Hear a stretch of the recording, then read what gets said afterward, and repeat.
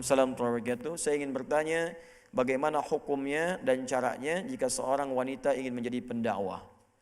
Jika seorang wanita ingin menjadi pendakwah, ma huwal hukmu wa kadzalika at-tariqah idza kana hunalika al-mar'ah targhabu fi an takuna da'iyah.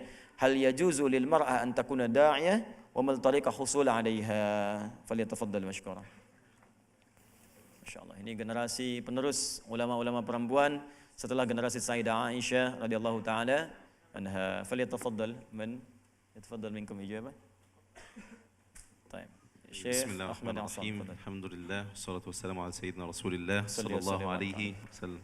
Sallu ala Rasulillah.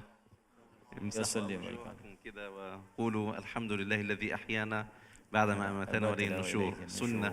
امسح وجهك وقل الحمد لله الحمد لله الذي أحيانا بعد ما أماتنا وإليه النشور. نعم. حتى تصبحوا دعاء جميعا إن شاء الله. Masya Allah. Teman-teman, beliau berikan nasihat dulu dari wajah-wajah yang penuh pancaran sinar ini. Ya, kalau Anda sedang merasakan kurang fokus, ngantuk, gitu kan, sebagainya, wajah-wajah yang bercahaya ini, maka cobalah baca doa yang disampaikan Nabi Sallallahu Alaihi Wasallam. Fi marahu Jundub bin Junadah wa Muadz bin Jabal. 181, ya, doanya apa? Alhamdulillahilladzi ahyana ba'dama amatana wa ilaihin nusyur. Bahkan ada tafsilnya ditemukan juga dalam hadis riwayat Ibnu Abbas radhiyallahu taala anhuma, ya, ketika beliau menyampaikan riwayat di dalam Sunan Abu Dawud nomor hadis 1369, ya, ketika beliau melihat Nabi SAW bangun dari tidur, kana Nabi sallallahu alaihi wasallam hina istaiqadha min naumihi fajalasa qalilan famassaha, ya, biyadihi min athari naumi. Jadi beliau kemudian kalau sudah bangkit, jadi bangun dari tidur jangan langsung berdiri, tapi duduk dulu, tenang, ya. Kemudian hilangkan dulu ngantuknya. Ya, hilangkan dulu ngantuknya baru baca doa. Tsumma yalihi bid-du'a. Ya, jadi jangan sampai baca doa dalam keadaan ngantuk. Alhamdulillahilladzi. Hapus dulu. Kata beliau hilangkan dulu baru kemudian baca. Kadang-kadang perenungan saat bangun itu untuk bisa kita sadar lagi itu memakan waktu yang tinggi. Bangun ingin tahajud jam 3, bangun setengah 3, sudah bangun kita berusaha mengatasi ngantuk dulu begini, begitu sadar jam 6 aja kan gitu. Kadang demikian. Baik. Fadhal Syekhna. أما بالنسبة للسؤال فهو سؤال عظيم لا يفكر فيه إلا العظماء. نحن حقيقة نحتاج في كل بيت إلى داعية من الرجال وداعية من النساء في كل منزل، في كل قلب ما يكون داعيا للخير، وهذا حال المؤمن دائما. ليس شرطا أن تكون داعية في الخارج منزلها، لكن ممكن تكون داعية داخل منزلها. فالذي أسس للإمام الشافعي كانت أمه، والذي شجع البخاري أيضا كانت أمه، والذي علم ابن حزم كانت النساء أيضا. هكذا النساء كان لها دور. وأمنا عائشة هي أم المؤمنات وأم المؤمنين، هي القدوة في هذا المجال. أم المؤمنين السيدة عائشة التي تفرغت لجمع حديث النبي صلى الله عليه وسلم، فكانت أكثر أحوال النبي صلى الله عليه وسلم وصفاته خصوصا داخل بيته من أمنا عائشة. وكانت يعني السيدة عائشة يعني عجيبة جدا، أخذت من أبيها علم الأثر والأنساب وأنساب العرب، كانت تحفظ شعر العرب، وكانت تعرف في الطب وفي التاريخ. فهذا من عجيب أمر أمنا عائشة، ليس فقط في العلوم الشرعية لكن أيضا في العلوم الإنسانية والعلوم الطبية.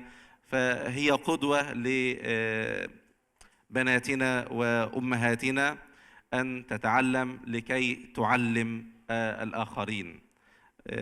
هذا يعني يكفي كمثال ونموذج وتشجيع، وبارك الله في الجميع.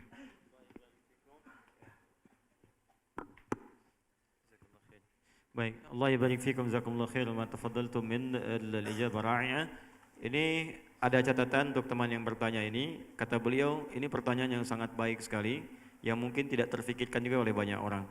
Sesungguhnya para ibu itu, setiap perempuan itu memang sudah seharusnya menjadi dai.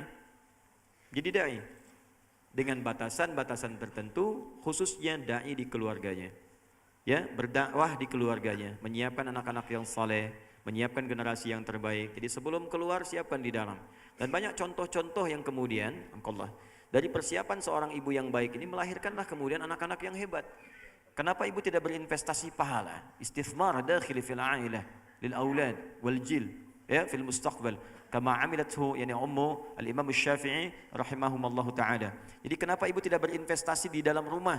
Ibu tidak harus misalnya menjadi ulamanya, tapi anaknya yang kelak jadi ulama besar seperti yang dikerjakan oleh ibundanya al-Imam Asy-Syafi'i. Ini single parent, Bu, Pak. Single parent, tapi bisa mendidik anaknya menjadi imam besar. Demikian Imam Ahmad juga seperti itu. Demikian Ibnu Hazm juga dididik demikian. Ya, Imam Ahmad bin Hanbal itu ibunya mendidik beliau malam-malam kalau tahajud dibangunkan. Kalau musim dingin airnya dihangatkan, dibawa ke majlis para ulama. Ya, Al-Imam Asy-Syafi'i digendong oleh ibundanya, datang sampai tawaf di Mekah, sampai kemudian jadi ulama besar, sampai pergi ke Irak, sampai datang kafilah dari Irak ke Mekah menyebut qala Muhammad bin Idris, qala Muhammad bin Idris, qala Muhammad bin Idris Asy-Syafi'i. Ya, fas'alathum man huwa Muhammad bin Idris. Ya, siapa Muhammad bin Idris? Wa huwa syabun ata min Makkah. Faqalat ummu huwa ibni. Ya, dia anak saya katanya kan. Jadi ibunya yang mendidik dia sehingga menjadi orang hebat di kemudian hari. Itu pilihan yang pertama. Pilihan yang kedua, kalau memang dakwah ini ingin menjadi passion dalam kehidupan Anda yang perempuan, maka itu pun terpuji, silahkan. Ya, seperti Sayyidah Aisyah pernah mencontohkan itu. Dan memang dipersiapkan oleh Nabi, itu di antara sunnah Nabi. Sayyidah Aisyah radhiyallahu taala anha itu dari sejak kecil kelihatan bakatnya.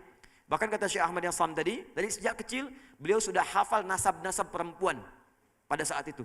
Bayangkan, nasab perempuan hafal tuh sekampung.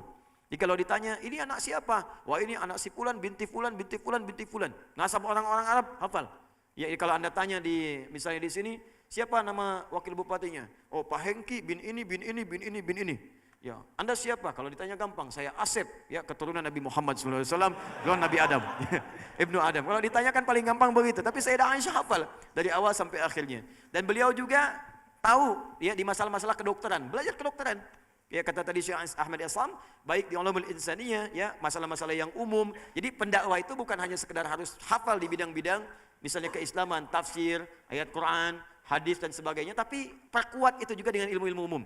Ya, sehingga bisa tafsiran kita ayat-ayat itu dibuktikan dengan hukum-hukum semesta. Belajar fisika supaya bisa menafsirkan bagaimana hukumnya jamak qasar, berapa ukurannya. Dulu 3 farsah. 3 farsah itu berapa kilometer sekarang? Bagaimana bisa dikonversi ke 82 kilometer? Itu pun syaratnya apa? Apa rumus kecepatannya? Ya, kalau kita ingin menempuh jarak 82 kilo tapi kan kecepatannya lebih cepat sehingga sampainya sebelum waktu sholat. Apakah di situ boleh berlaku jamak dengan qasar? Di fisika kan S sama dengan V kali T, gitu kan? Jarak sama dengan kecepatan dikalikan dengan waktu. Ya, kalau kecepatan makin kencang, maka percepatannya kemudian menguat. Kalau percepatannya kemudian menguat, maka momentum untuk sampainya lebih cepat dari sebelumnya. Waktunya lebih berkurang. Untuk menemukan T itu kan S dibagi V. Ya, kalau saya pengen ke Bandung itu kecepatannya lebih tinggi lagi, 240 km per jam, gitu kan? Sampai ke rumah sakit Hasan Sadikin misalkan. Nah, ke Bandungnya. Maka yang tadinya 3 jam bisa 2 jam, bisa 1 jam kan?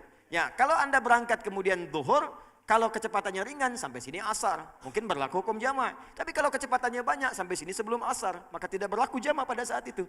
Maka ini akan sangat menentukan. Kadang-kadang belajar ilmu umum itu menjadi tafsiran yang paling bagus untuk menafsirkan agama. Anda belajar hukum fisika, hukum gaya, bab gaya, F1 sama dengan F2, gaya gerak sama dengan gaya dorong. Terapkan di bidang akidah. Iman yang kuat maka akan mendorong kita untuk beramal yang banyak. Ya, iman yang kuat, iman Anda sedikit, maka amalnya pun sedikit. Al-iman wal amal. Sama, gaya gerak sama dengan gaya dorong. Pukulannya sedikit, bunyinya sedikit. Tapi pukulan kencang, bunyinya kencang. Maka iman yang kuat melahirkan amalan yang kencang. Iman yang sedikit melahirkan kemudian amalan yang sedikit. Bagaimana bisa menguatkan iman dan sehingga amalannya kuat, maka keluarkan lagi. Sehingga efek gayanya lebih kuat. Ambil di situ. Sama dengan hukum terapannya, ya, hukum Pascalnya. Gaya berbanding lurus dengan tekanan. F berbanding lurus dengan P. Terapkan dalam hukum akhlak. Orang yang banyak gaya, banyak tertekan. Gitu kan? Maka kalau ini kita amalkan dalam kehidupan, maka semuanya akan saling melengkapi. Wa kadzalika hunalika Ibnu Rusyd wa huwa tabib, ya. Ibnu Rusyd itu dokter bedah. Tapi bisa mengarang kitab Bidayatul Mujtahid, kitab fikih. Ini di Islam itu kalau Anda melihat orang-orang pintar di masa lalu, mereka tidak akan cukup di satu bidang. Tidak akan cukup di satu bidang. La yanhasid lil ulama illa qudama, yakni fi majal al-ilm al-wahid. Fahum mufassir fi nafs al-waqt aidan wa hum muhaddith. Nafs al-waqt aidan wa hum min al-ahli riyadiyah, ya riyadiyin min ahli al-hisab. Ya yakfikum yani Ibn Sina, Al-Kindi, Al-Farabi, Al-Khawarizmi, Al-Ghazali, Al-Imam Al-Ghazali, ya, wa asbah dzalika. Jadi ini dorongan yang kuat, silahkan jadi pendakwah, ya disiapkan dari sekarang masuk dalam jurusan dakwah tapi yang serius. Cintai ilmunya, siapkan diri kita, karena biasanya kalau sesuatu dikerjakan dengan cinta maka akan serius. Ya, seorang anak muda yang sedang cinta pada pasangannya, dengar batuk sedikit aja, dari Kalimantan pulang dia ke Bandung. Ya.